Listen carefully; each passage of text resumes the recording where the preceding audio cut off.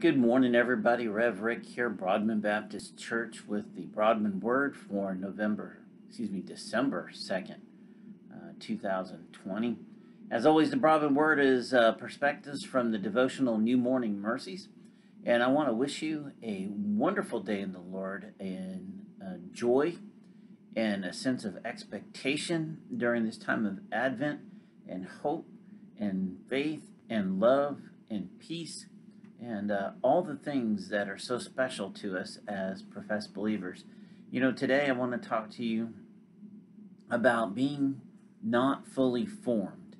And as usual, we'll start off with a small statement. You know, if you are not fully formed into the image of Jesus, your Redeemer is neither satisfied nor finished with you, and neither should you be. It's an interesting perspective that as adults and accomplished people, and many of us have raised kids, have careers, some of us are retired, and so we consider ourselves, fully formed, but that's not pleasing to Jesus, and it's not even true. We don't really talk about it much, and it doesn't find its way into theological documents or church speeches and sermons. It's not the typical way that we think about our Redeemer, that he is dissatisfied, but it is an observation that should give us hope, and it defines for you what the Lord is doing right here and right now. Here it is. You serve a dissatisfied Redeemer, and we ought to be very thankful that our Lord isn't easily satisfied. He does not do his work hastily, poorly, or incompletely. He doesn't walk away from what he has begun until it is perfectly finished, and that means you and me. He doesn't grow bored or tired or discouraged or distracted. He doesn't have a short attention span. He doesn't suffer from some sort of cosmic redemptive attention deficit disorder. He never grows impatient. He isn't irritated at how long his work is taking, and he never wishes that he hadn't begun the work in the first place. He never tries to rush what he knows takes time, and he never uses his power to turn what must be a process into a simple event. He never wonders if it's worth it or contemplates calling it all off. So your Redeemer is very zealous, but for only one goal, and that would be the final renewal of all things, the final reconciliation of all things to himself, ultimate salvation from all that sin is and all that it has broken. He is engaged in an unrelenting pursuit of these things. He will continue to unleash his power for the purposes of accomplishing redemption. And he will not be satisfied until the very last enemy is under his feet and the final kingdom has come to be. And so for us, there is great eternal hope in the dissatisfaction of our Redeemer. Were he to be easily satisfied, then we're done. But clearly we have much work to do. There are many, many, many more that need to know of him, about him, and come to know him in a right relationship. So with that said, we don't want this to be done yet. And so our problem in evaluating this is that we, as people, generally are too easily satisfied.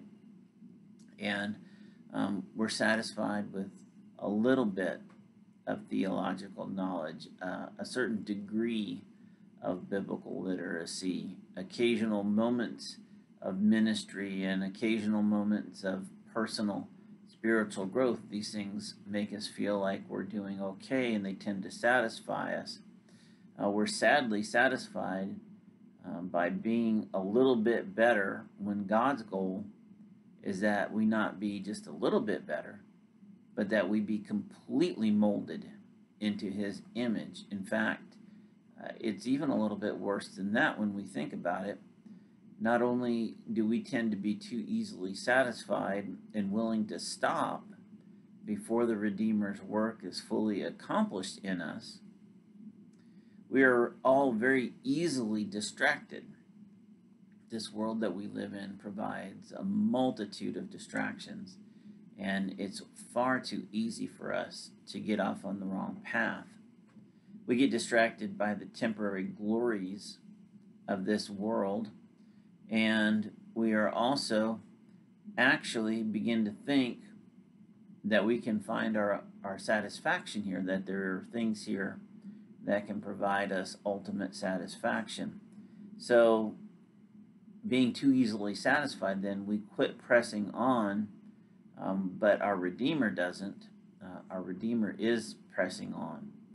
While he, in glorious dissatisfaction, still works to redeem us from us, we're out there chasing other loves and being distracted. So we begin to believe that somehow these other things can do what only he can do for us alone. And we begin to invest our time, energy, and hope in things that could never deliver the kind of satisfaction, and certainly not the eternity that only our Redeemer can.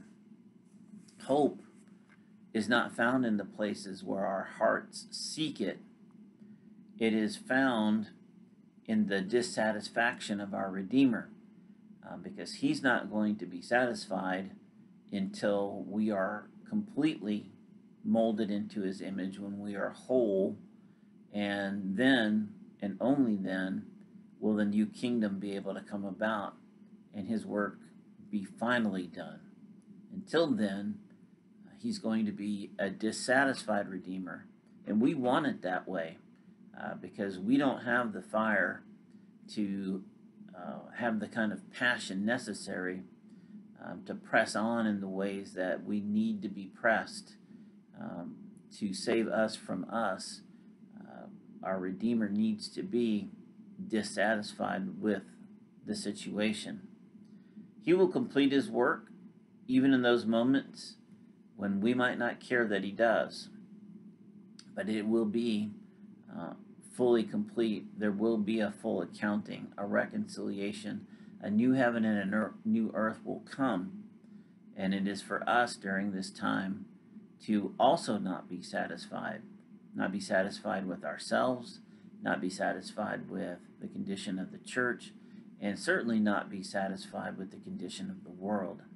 We are the ambassadors to Christ. We are to reflect his love, which is a complete love, and we should be in rabid pursuit of being fully completed in that love, so that we can be the absolute best representative, so that God can make his plea to the world through us and by us, and in that way we can bring the final kingdom closer by redeeming, or being the vessel by which the Redeemer gets brought to those who so desperately need it.